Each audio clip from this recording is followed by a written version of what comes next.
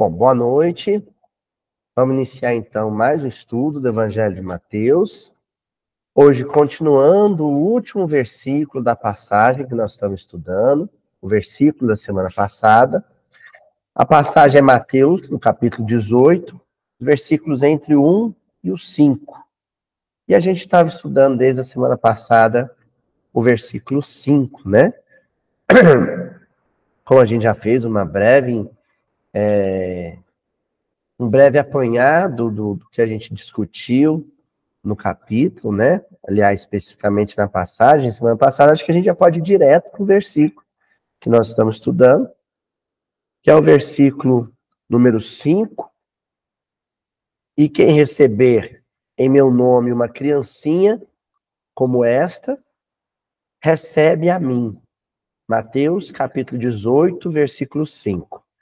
E a gente está analisando a palavra receber. O que a gente viu na semana passada? Só rememorando um pouco antes de voltar para o texto do Emmanuel que a gente interrompeu, né? Então a gente tem o dakomé, e isso é uma pronúncia imaginada. Vamos lembrar que o grego koiné, que era o grego popular, né, o grego do povo, é o grego da Bíblia. A gente não tem como saber como era exatamente a pronúncia dessas palavras na época, porque não havia registro, não havia gravação para a gente estar ouvindo as pessoas dizendo, né, como era pronunciado. A gente toma por base o grego contemporâneo, mas lembrando que há uma diferença entre eles. Uma diferença aí de mais ou menos 2.000 anos, 2.500 anos, né? Mas a pronúncia aproximada seria o dakomé. Que traduzindo, e essa é a tradução que o Haroldo optou, né? Seria o receber. Mas a nossa tradução aqui é uma tradução crítica. É a própria tradução que o Haroldo adotou também. O que é a tradução crítica? Você não simplesmente substitui uma palavra numa língua por outra, na língua vernácula, na nossa língua. Você faz mais do que isso. Você contextualiza. Você avalia e reflete sobre os usos e as aplicações que as pessoas na época faziam dessa palavra. Entenderam? Então, por exemplo, um uso que a gente considerou da semana passada, que esse receber estava associado à questão da hospitalidade, por exemplo. E isso pensando nos costumes judaicos, nos costumes semitas, aliás, os costumes da região da Palestina, né? Então, como a hospitalidade era algo muito caro, muito precioso nos costumes e nas tradições do povo de Israel, então a gente percebe que essa aplicação da palavra dakomé era cabível. Porque ninguém recebia contrafeito, ninguém hospedava contrafeito. Isso seria uma violação de uma tradição, de um princípio abraâmico, né? Abraão é a personificação da lei de hospitalidade, na passagem dele, né, quando ele está à sombra do carvalho, do carvalho de Mambré, da região de Mambré. Então, ninguém entre os israelitas hospedava ou recebia em casa contrafeito. Era sempre com alegria, com prazer. Então, quando Jesus fala, e ele falou em aramaico, a gente tem que considerar que quem traduziu para o grego, e eram pessoas que dominavam a cultura hebraica, Lucas, por exemplo, que era um grego, né? Ele foi mais um transcritor e um redator das anotações de Paulo que propriamente o autor do seu evangelho. E aqui nós estamos falando de Mateus, né? Mateus e os adensadores que eram todos ali do ciclo de relações da Casa do Caminho. Então eram todos conhecedores dessa tradição. Receber a criança aqui, receber o Cristo, é receber essa proposta de vida, essa maneira de viver na sua casa mental. Entendeu? Você vai receber Jesus em você, na sua mentalidade, no seu psiquismo. Então você recebe e hospeda permanentemente uma ideia, A criancinha aqui representa uma ideia. E Jesus é a personificação, é a encarnação dessa ideia.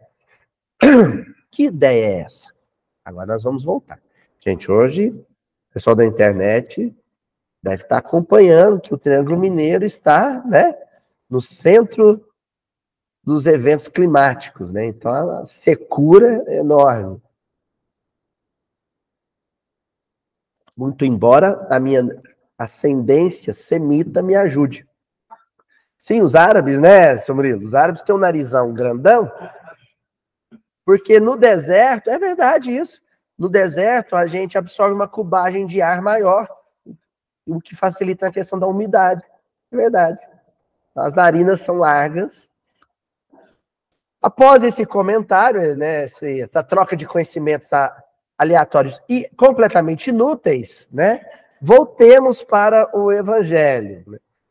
Então, o que a gente tem que pensar, a princípio, é que essa ideia da criancinha é a ideia de uma vida despretensiosa, sem pretensões, sem anseios, sem desejos, sem quereres, para usar né, um neologismo do Caetano Veloso, sem quereres típicos próprios de quem está encarnado. Quais são esses anseios, esses quereres, esses caprichos? Posse de bens, títulos de grandeza e de importância social, autoridade e fama, prosperidade social e econômica, para resumir. A proposta da criancinha, que Jesus pede que a gente receba, que a gente hospede no nosso psiquismo, é de uma vida sem essas pretensões. Você não vive para isso. Você não vive movido por isso, motivado por isso. Uma vez eu vi um grande compositor e poeta que eu admiro muito, o Elomar, ele falar uma coisa bonita numa entrevista. O filho dele, João Omar, maestro João Omar, perguntou: pai, era pequenininho, pai, o que é a vida? Se referindo à vida física, à vida encarnado, à vida dos encarnados. Perguntou isso na cozinha. E o Elomar estava no fogão esquentando comida. O Elomar foi, destampou uma panela de arroz, Felipe. Destampou a panela de arroz e saiu vapor. Aí ele falou: meu filho, a vida é isso. A existência material nossa é um sopro. É um suspiro. Porque é uma existência passageira. O quanto vai durar a experiência material de cada um é assunto de cada um com Deus. Mas a gente deve viver sob essa crença. O espírita cristão, ele deve viver ou deveria viver sob o estigma, a marca de duas crenças. Duas crenças. A primeira, o corpo é mortal. A segunda, o espírito é imortal. Quando você se esquece dessas duas máximas, você vive sob ilusão, sob fascínio. Não tem corpo que dura para sempre.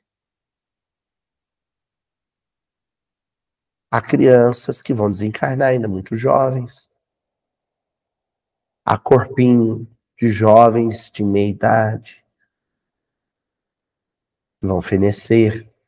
Há o corpo de idosos de 95 anos, de 100 anos, de 105 anos. Vão durar mais. Mas no final, todo o corpo, ele é devolvido para a obra de Deus, porque ele é uma dádiva. O corpo é uma dádiva, é um presente que nos permite viver na companhia de pessoas muito amadas durante um tempo. Mas é durante um tempo. Essa semana eu escutei um pai falar uma coisa maravilhosa. Eu escutei um pai, ao lado do corpinho do filho, agradecer a Deus os anos de convivência feliz ao lado daquele espírito. Ele valeu por 300 e tantos miudinhos, assim. Eu me embriaguei com a sabedoria daquele coração. Eu vou lamentar quando terminar, encerrar o prazo de um corpo? Não, eu vou chorar de saudade, é diferente. E agradecer aquele tempo de duração do corpo. E lamentar a saudade do contato visual, a saudade, né, pela ausência do toque, que também vai passar. Porque a hora do encontro chega, do reencontro chega. Por quê? É a segunda máxima, porque o espírito é imortal. O corpo é mortal, o espírito é imortal. Quando você toma isso por princípio de vida, e é por isso que às vezes o desencarne de uma pessoa relativamente jovem tem um impacto muito forte na vida de muita gente. Porque é um abalo psicológico nas estruturas de quem estava vivendo esquecido desses dois princípios. De repente, tudo aquilo que é glória e poder entre os homens fica desse tamanhozinho. Carro, cargo, bens imóveis, propriedades rurais, propriedades, né, apartamentos, casas, condomínios, diplomas, tudo isso fica desse tamanhozinho, ó, fica tão pequenininho e fica do tamanho que realmente tem. Porque essas coisas têm esse tamanho. A nossa visão, a nossa psicologia é que concede a essas coisas uma dimensão maior do que elas têm. Aí vem a experiência dura. Às vezes, uma família precisa viver no sentido de que é inevitável. Todas as famílias viverão, né? Mas uma família vai viver uma experiência dolorosa essa. E enquanto essa família chora aquela experiência, muitas outras despertam, acordam. Nossa, é mesmo. É verdade. O corpo é mortal. E o espírito é imortal.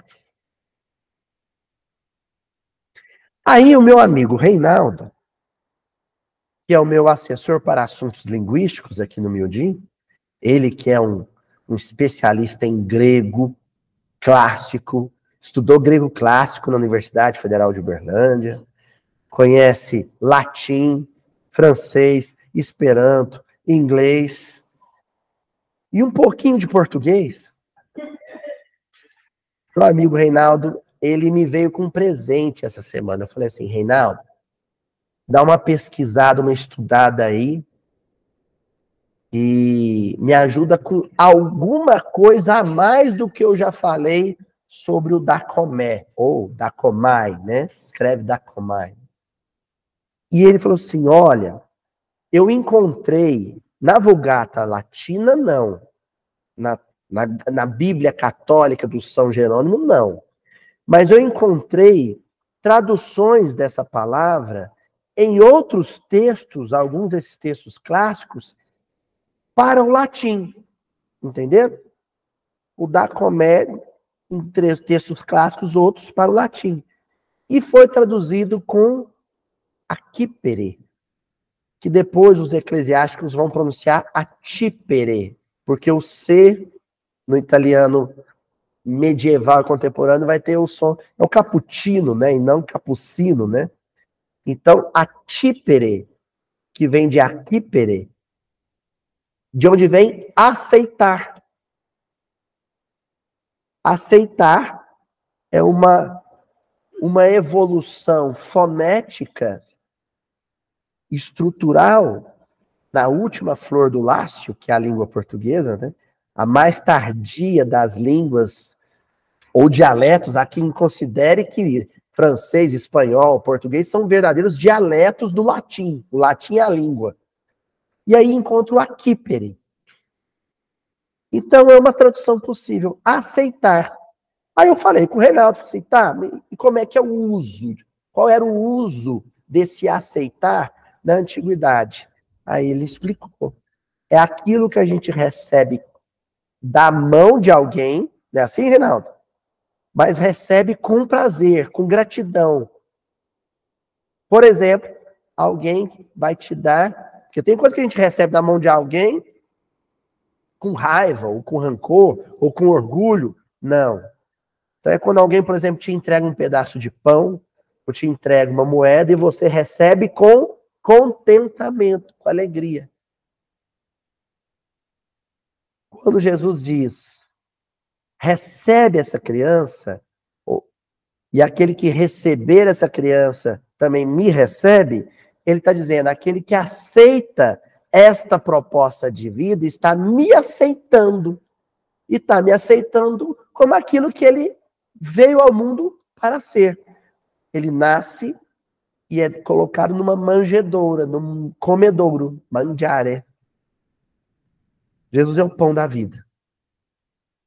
A gente aceita a vida de Jesus como um faminto que recebe com extrema alegria um pedaço de pão. É isso, Reinaldo? Ou não é? É isso. Então, daí o Reinaldão participando. Né? Aí, é claro, em todos os sentidos, mas essa era uma aplicação usual na antiguidade. Aqui, pere, você é receber da mão de alguém alguma coisa com alegria. Agora, por que a gente normalmente engole a seco e a contragosto essa proposta, e não com essa alegria que era usual da antiguidade? Porque é uma proposta exigente, porque exige da gente muita renúncia. E quem apresentou isso para a gente a semana passada foi o Emmanuel, no capítulo 147 do livro Fonte Viva, intitulado Refugia-te em Paz. A gente viu alguns parágrafos, vamos continuar esse texto. Vocês vão ver, com a fala do Emmanuel, que a gente tem dificuldade de receber com todo esse contentamento alguma coisa que a gente deveria estar recebendo com contentamento. Com acolhimento. A palavra é essa, acolhimento. Comprando a ideia mesmo. Acreditando na viabilidade dela. Desse mundo sem pretensões de ordem material, política, econômica. Olha o que o Emmanuel vai dizer.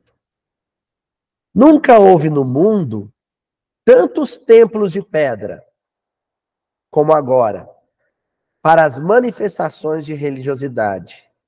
E jamais apareceu também tamanho volume de desencanto nas almas.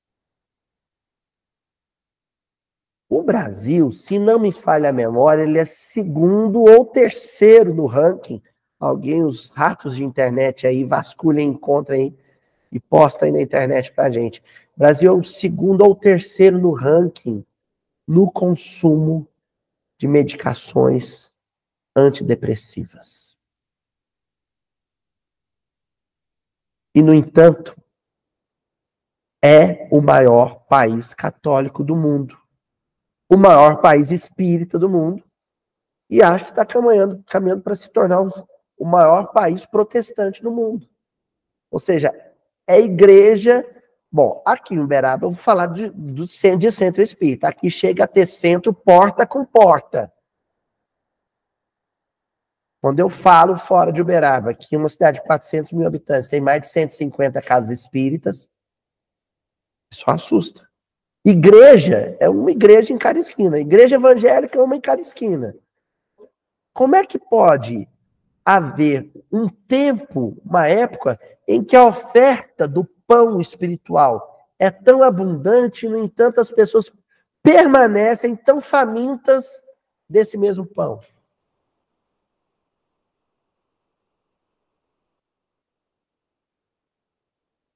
Será que não é porque Jesus nos recebe nas casas dele, mas nós não o recebemos em nossa casa? Adentramos um templo, adentramos uma casa espírita, adentramos uma igreja, mas permanecemos cultuando Mamon. Lembrando que na língua sírio-fenícia, Mamon, além do nome de uma divindade, era também a palavra prosperidade. Tanto que surgiu até uma forma de teologia, viu, gente? A teologia da prosperidade, recentemente. Sujeito que apresenta como sinal de sua salvação espiritual justamente a sua prosperidade econômica. Olha só, Deus gosta de mim. Depois que eu entrei nesse templo, depois que eu adentrei essa agremiação religiosa, a minha empresa estava falindo, se safou. Eu troquei de carro 2 vezes, viajei para o exterior e por aí vai. É a teologia da prosperidade. Isso é um sinal de salvação.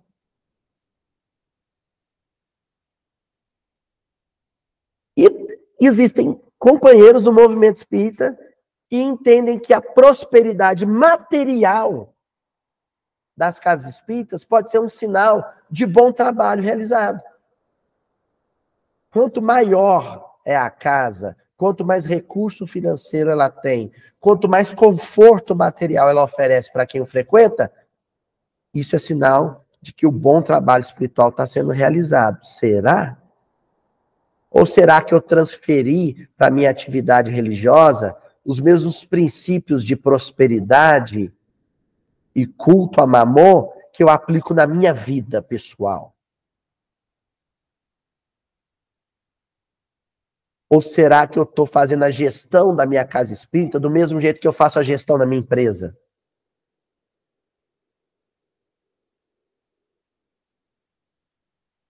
O grupo do Colégio Apostólico Jesus era de uma incompetência econômica e administrativa enorme quando você comparava as práticas deles aos princípios da economia humana. Só um era competente e bom no que fazia: Judas. Só Judas.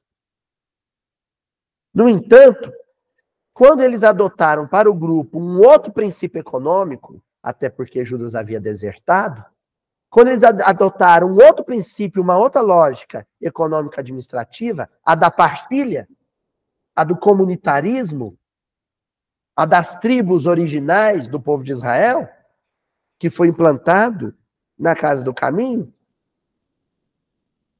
o grupo encontrou sua harmonia perfeita, sua harmonia plena. O princípio lá era outro. A palavra de ordem não era multiplicar. A palavra de ordem era dividir, compartilhar. Então, igrejas e templos de pedra que não vivam a espiritualidade proposta por Jesus nesse versículo que nós estamos estudando, não vão poder oferecer aquilo que as pessoas mais necessitam, que é o pão espiritual. E, em contrapartida, pessoas que busquem nos templos religiosos respaldo, justificativa, para que elas continuem com o modo de vida que têm, também vão permanecer famintas.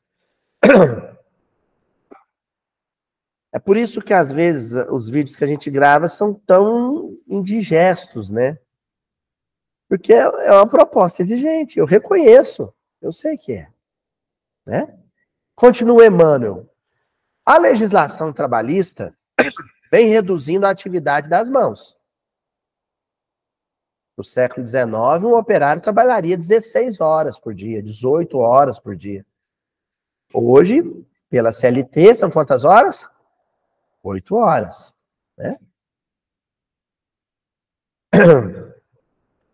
No entanto, em tempo algum, surgiram preocupações tão angustiosas como na atualidade. A gente batalhou tanto, lutas sociais, para que houvesse um tempo regular de trabalho profissional e remunerado. E justamente para que nos sobrasse tempo para a vida afetiva em família, para a vivência da espiritualidade. Não é assim? Quando a espiritualidade inspirou os encarnados, os grandes estadistas, os grandes sociólogos, para que o trabalhismo no mundo chegasse a essas leis trabalhistas, né, e regulamentasse as 8 horas de trabalho, não era para a gente usar o resto do tempo para o ócio, era para a gente usar o resto do tempo para o culto ao espírito. Aí o que a gente tem? O sujeito que bate o ponto na empresa, ou seja, encerra às 8 horas, vai para casa, liga o notebook e continua trabalhando em casa. Não é?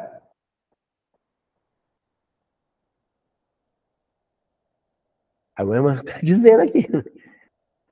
Essas são angustiosas, são preocupações angustiosas da atualidade.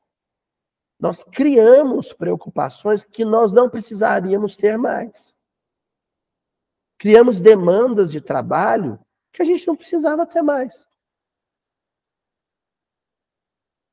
Porque a gente se movimenta espiritualmente que nem serpente, com a barriga no solo, na horizontal.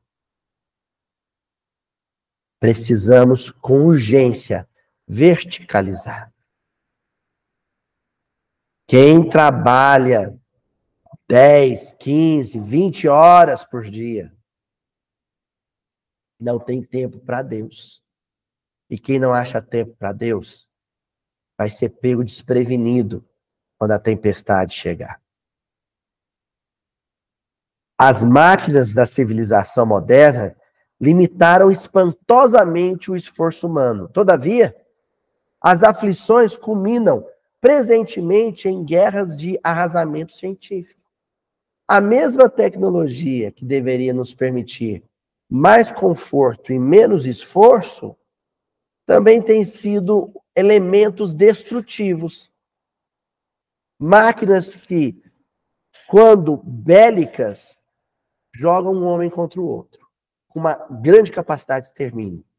E máquinas que mastigam e devoram os recursos naturais como se fosse um monstro, sabe? Devorando montanhas, devorando florestas, devorando rios.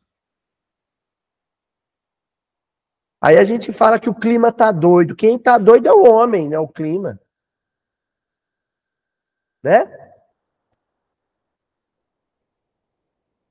O Brasil já consumiu 30% dos seus biomas, todos.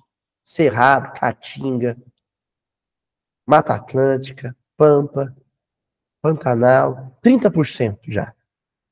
Nesse ritmo, em pouco tempo a gente conseguiu desertificar um país que na chegada dos portugueses era uma muralha verde. É um contrassenso, é um absurdo queimar árvore num país que tem nome de árvore. Não é? Em nome de quê que a gente está fazendo tudo isso? Em nome de Mamon. Em nome do dinheiro.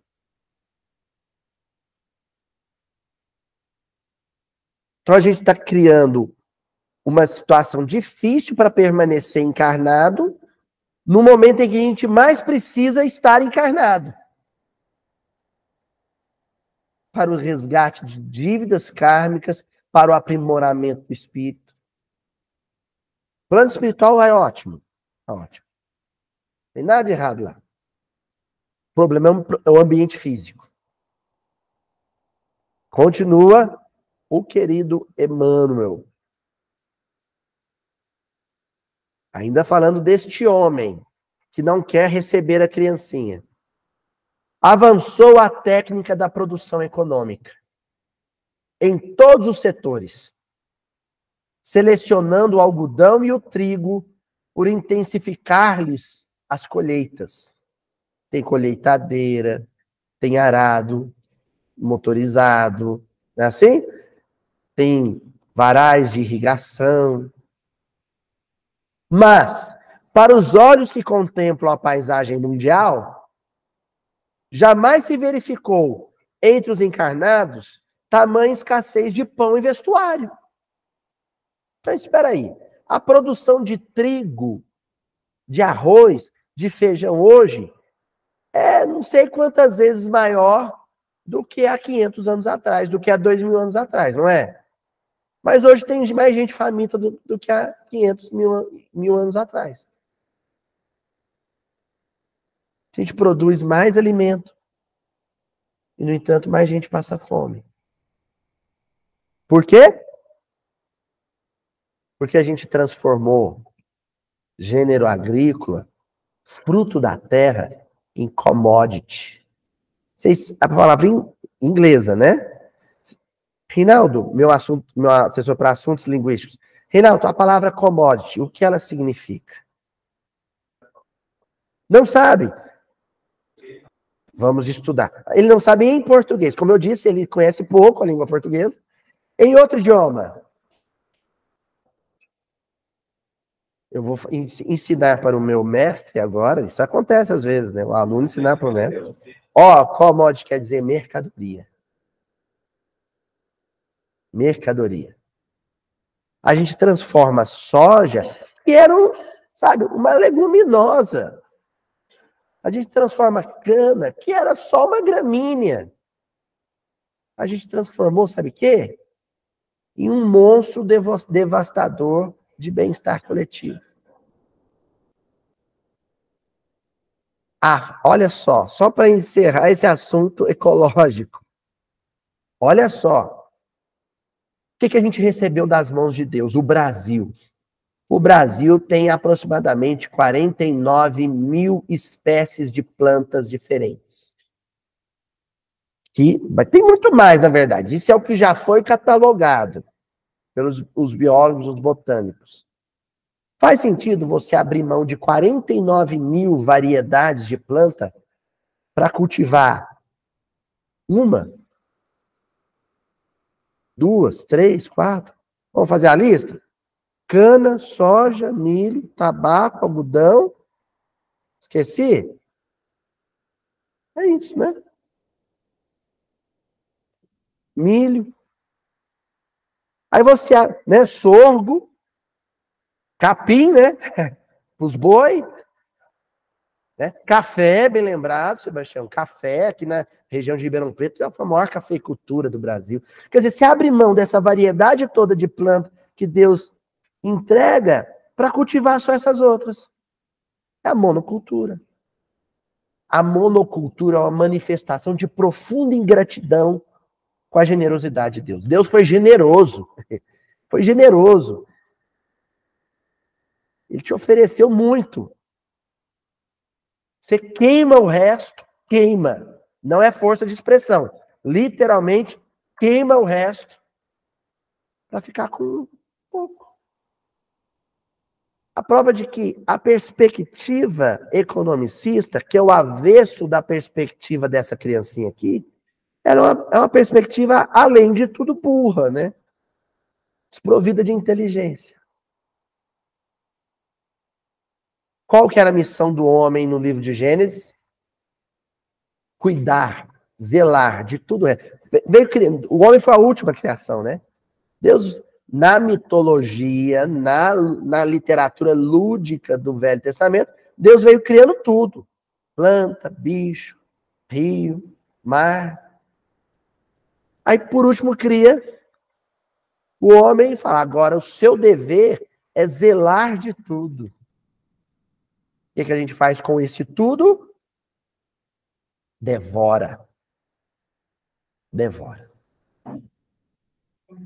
Se a gente tem tão pouco cuidado com o nosso corpo físico, com a nossa natureza física, quão menor é o nosso cuidado com a nossa essência, que é o espírito. Enfim, o mesmo descaso que o homem tem com o rio, quando joga garrafa PET no rio, ele tem com a própria alma. Então, na hora que o homem começar a cuidar do espírito, aprender a ter zelo com o espírito, o resto, os demais cuidados vai ser espontâneo, vai ser mais consequência. Entendeu? Oi, mãe.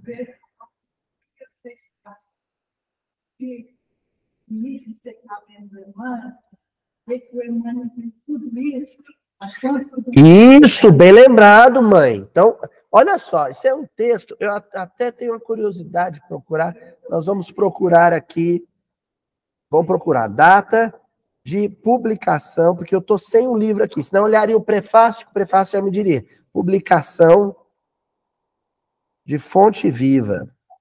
Olha só, para a gente ver a data desse texto, 1956. 1956, Dona Joana. Dona Joana, a gente não revela a idade assim.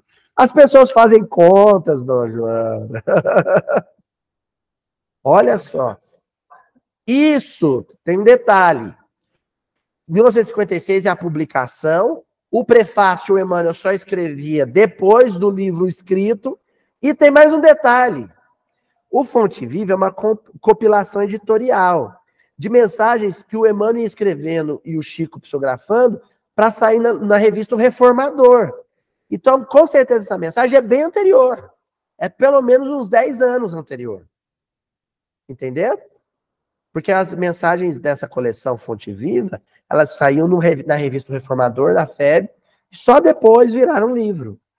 Então, nós estamos falando de uma mensagem de meados do século XX, absolutamente atualíssima em 2024, nas primeiras décadas do século XXI. Quer dizer, você falar que o Emmanuel está ultrapassado, não está ultrapassado. Ele era um visionário. Era um espírito que conhecia profundamente a alma humana.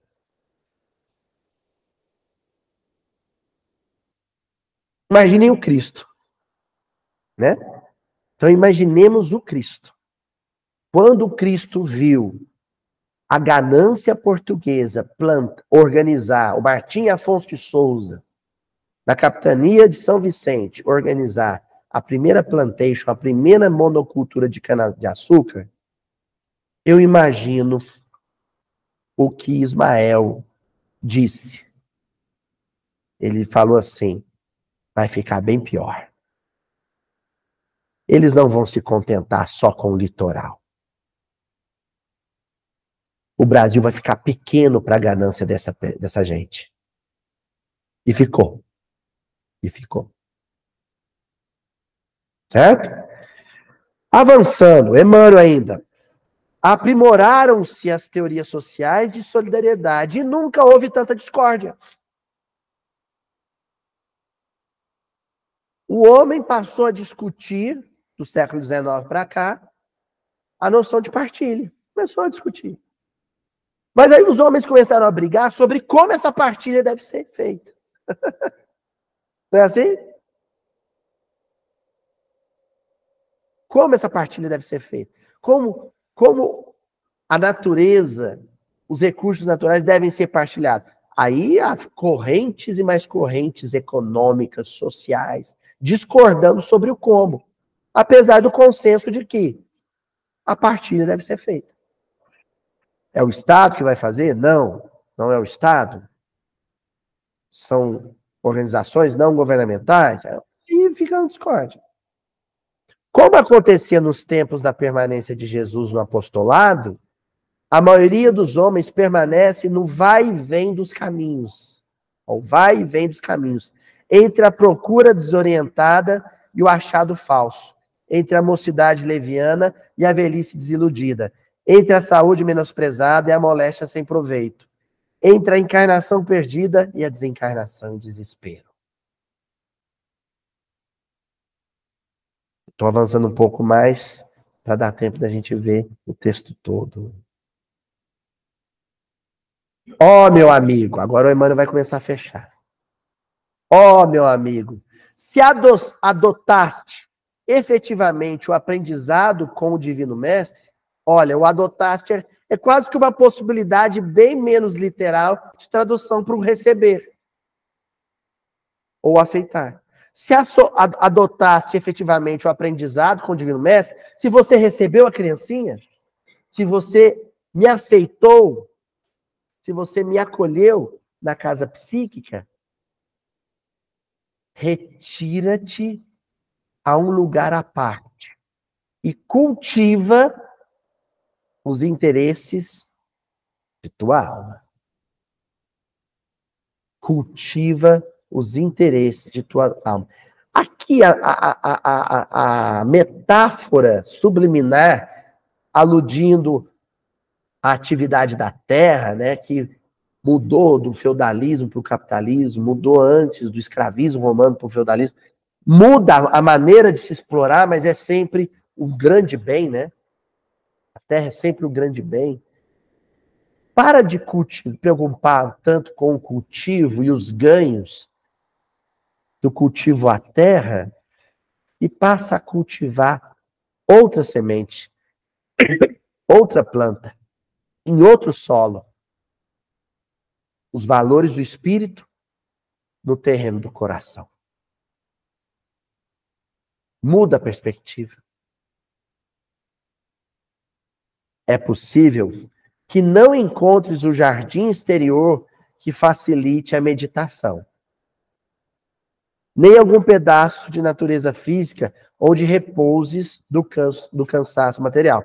Hoje que não mesmo, né? Porque se você vai para a zona rural para pensar em Deus, você vai fazer isso no meio da queimada, no meio da fumaça, não é?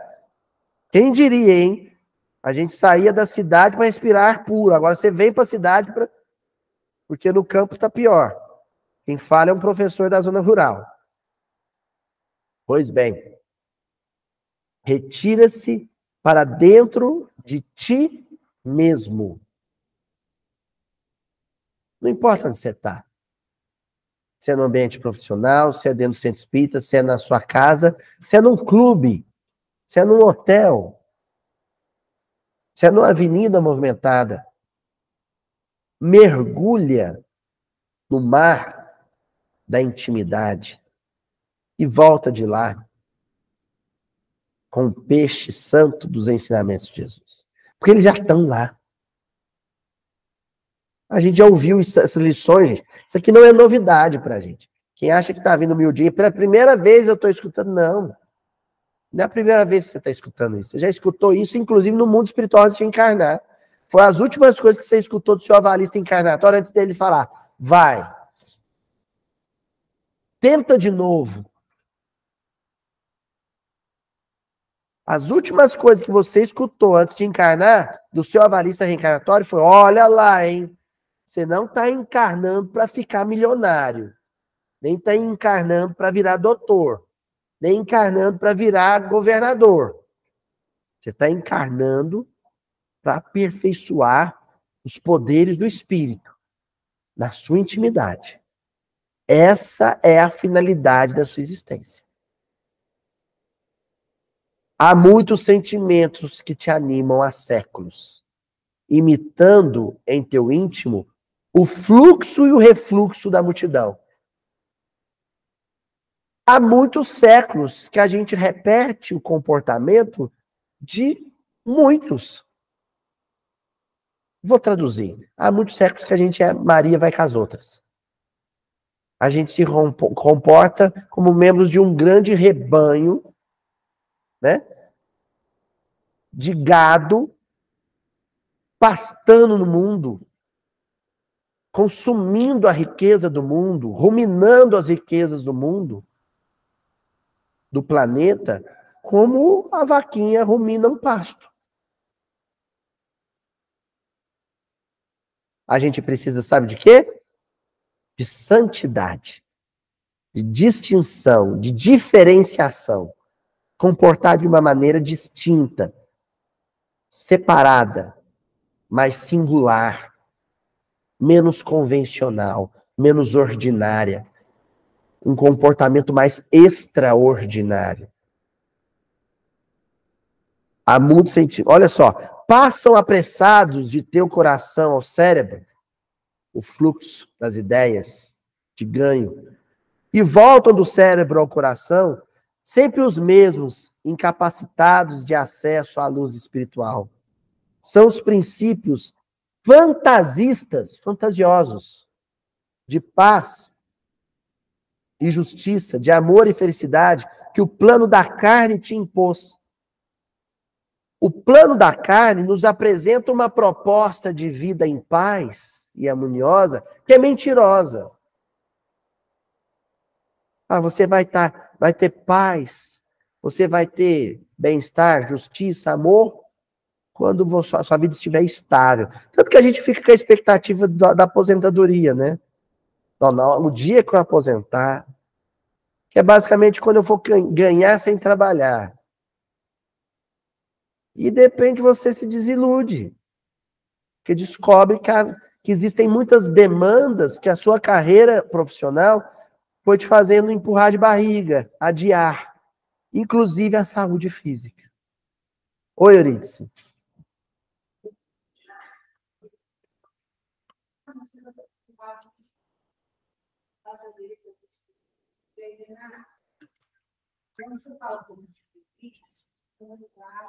Algumas palavras.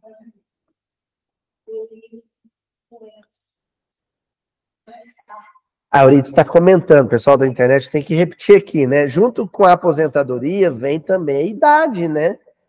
Só que tem uma coisa mais grave. A gente está envelhecendo mal.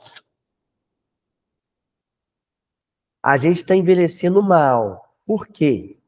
Porque o período em que a gente deveria, inclusive, fazer um preparo para a boa velhice, a gente maltratou o corpo físico.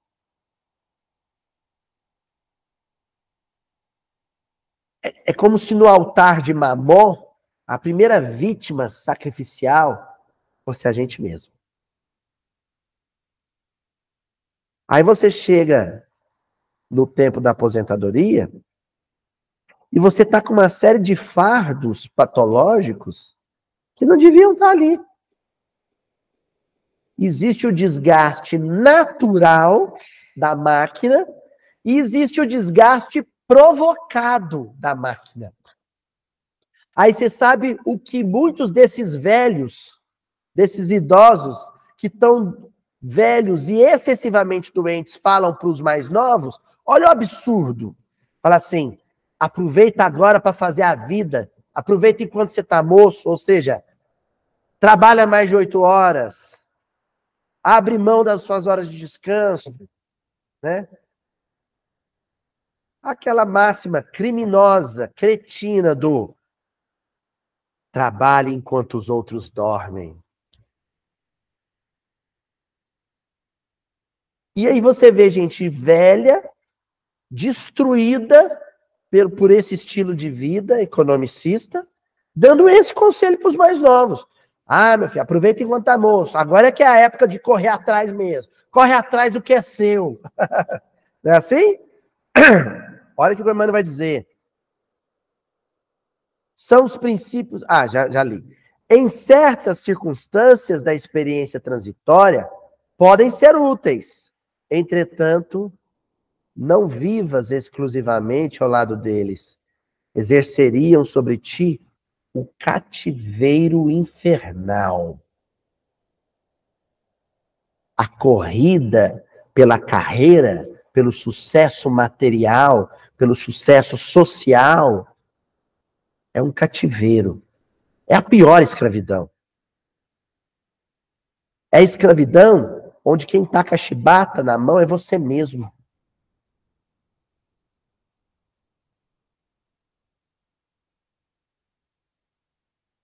Pois bem, avancemos aqui, finalizando,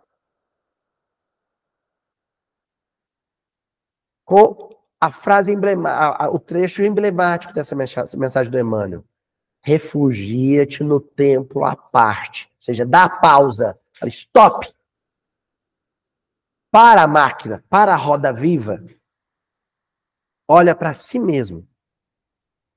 Porque somente aí encontrarás as verdadeiras noções da paz e da justiça, do amor e da felicidade reais. Reais. A que o Senhor te destinou. É um destino. É o que Deus sonhou para mim. Aí você para e fala, eu preciso de tempo para o espírito. Mas para eu dedicar tempo ao espírito, eu tenho que refrear a marcha profissional. Mas para eu refrear a marcha do profissional, eu tenho que me contentar com menos ganho. Mas para eu me contentar com menos ganho, eu tenho que reprogramar para ter menos consumo. Entendeu? Menos necessidades de ordem material, para ter menos necessidade de ordem monetária, para ter menos necessidade de dedicação à carreira e ao brilho, ao neon, à ribalta do sucesso mercadológico. Entendeu? Você puxa o freio de mão, dá um cavalo de pau e toma outro rumo, outra direção. Pois bem, para a gente encerrar, o Reinaldo, aliás, mano, tá me apontando o horário ali, nós vamos encerrar com uma dica cultural. É um clássico do cinema mundial, Contos da Lua Vaga, um filme japonês, de 1953. Esse é cinema noir, viu, gente? É preto e branco. Mas o filme é um soco no estômago, no bom sentido. É uma paulada. Para resumir a história, 2 cunhados, né, quase irmãos, trabalhavam juntos, os 2 casados, com filhos, e eles eram ceramistas. A cerâmica japonesa é lindíssima. Né? Eles eram ceramistas que trabalhavam também como camponeses no interior. Tinha uma vida simples, modesta, sóbria. Até que um dia, um deles resolve negociar algumas dessas cerâmicas na cidade grande. E quem vai acompanhando dele é o cunhado, Tobei, que é o personagem mais emblemático do filme, né? Era o ajudante dele na cerâmica, na oficina cerâmica, e eles vão para a cidade para fazer. E a venda é um sucesso, para fazer a venda. E a venda é um sucesso. Eles vendem tudo e voltam da cidade muito impactados pelo sucesso mercadológico que a cerâmica deles teve. Eles nunca tinham pensado em prosperar, mas o sucesso daquela empreitada fez eles pensarem nisso. Eles já chegam e falam assim, aquela vidinha já não presta para eles. Essa vida no mato aqui, pouca roupa, essa casa simples. Eles já olham para aqui e falam, isso aqui não serve mais não. E decidem ir para a cidade para investir no grande sonho de cada um de prosperar. Né? Um quer ser agora um grande comerciante, abrir uma fábrica de cerâmicas, isso é no século XVI, no Japão do século XVI. E o outro fala, não, eu quero é poder. E poder vem da terra. E quem tem terra nessa sociedade nossa, no Japão feudal, né? O Japão do shogunato, quem tem poder aqui é o samurai, porque o samurai é dono de terras. Eu quero ser samurai. E aí ele pega todas as suas economias, vai para a cidade, compra uma armadura, porque ele agora quer ser um samurai. E aí eu não vou entrar em detalhes do filme, que é para vocês procurarem o filme, assistirem, nesses sites, nessas plataformas de filme arte, né? Vocês vão encontrar Contos da Lua Vaga, inclusive é baseado em alguns contos tradicionais japoneses, né? O conto da Lua Vaga, ele era um conto literário, depois virou filme. E aí o Tobei, ele resolve virar samurai. Ele faz uma manobra lá que eu não posso dizer qual que é e consegue virar um grande samurai. E como samurai, ele não se contentava com o seu feudo. Ele queria ampliar o feudo. Ele queria duplicar, triplicar a quantidade de terras que ele tinha, Toizinho. E nisso ele sai em campanhas militares. Numa dessas campanhas militares, ele se aparta da esposa, se separa da esposa, perde a esposa desaparece e ele fica vários anos sem encontrar com a esposa. E focado na conquista de terras. Porque mais terras era pouco para ele. Ele queria mais. Mais poder. Mais terra. Mais camponeses trabalhando para ele. Até que um dia, em uma dessas campanhas militares, ele vai a um prostíbulo, porque ele era um senhor feudal, um samurai. Então ele tinha as concubinas todas à mercê dele. E quem ele encontra se prostituindo para sobreviver? A esposa. Não vou passar daqui, que é para não estragar o filme, lógico. Chama Contos da Lua Vaga, o filme. Agora, mas eu separei, eu dei pausa no filme, na hora que eu estava vendo, logicamente eu não falo japonês, como o Reinaldo talvez fale, né? Eu dei pausa no filme e gravei na legenda e fui lá e anotei para trazer para vocês. Quando o Tobei, ele resolve sair de casa para ir comprar a armadura dele, para iniciar sua carreira meteórica, a esposa, que queria gostar daquela vida simples, pede para ele várias vezes, justamente a esposa: não vai, Tobei, não vai, a nossa vida aqui é boa, vamos contentar com o que a gente tem, vamos ser felizes com o que a gente tem. Ele vira para ela e diz assim: o quão alto pode um homem crescer sem grandes sonhos? A ambição deve ser ilimitada como o oceano. A ambição deve ser ilimitada como o oceano. Aí eu dei pausa nessa fala dele, falei, uau! Aí corri, pensei, aí me lembrei de uma coisa: o oceano é feito de água salgada, né? Então você conquista o mar para matar sua sede. Só que água salgada não mata a sede. Ela aumenta a sede. Você quer beber, tragar o oceano inteiro. E quanto mais você bebe, mais a sede aumenta. Então, no final das contas, o oceano passa a ser pouco para você. O Márcio Borges, letrista do Clube da Esquina, cinéfilo, apaixonado por filmes, inclusive as primeiras composições dele com Milton Nascimento foi depois que eles assistiram o Jules Engine, do Jean-Claude Godard, né? Eles assistiram esse filme e saíram compondo. Ele é apaixonado nesse filme. E ele fez uma letra para uma música do Beto Guedes, que se chama Contos da Lua Vaga. A música tem o nome do filme. E tem um trecho que ele diz assim, eu coloquei aqui no slide para vocês: esperança viva que a mão alcança, vem com teu passo firme e rosto de criança. E rosto de criança. Esperança viva que a mão alcança, vem com teu passo firme e rosto de criança. A proposta de Jesus, essa alternativa, essa saída social que a gente tem, é uma esperança viva que chega até nós com o rosto de criança. Certinho? Tem uma outra coisa que ele fala na letra, o Márcio Borges, é muito lindo, que ele fala assim, sobre esse poder que Jesus apresenta para a gente, que é um poder, né? É o verdadeiro poder, né? Que é o do autocontrole, o de dominar-se quando a sede e a ânsia por posses é maior que a nossa necessidade espiritual. Ele diz assim, o Márcio Borges: diamantes e cristais não valem tal poder. Cartão de crédito, carro esporte, bolsa de valores, cotação da arroba do boi, não vale tal poder. Não tem preço.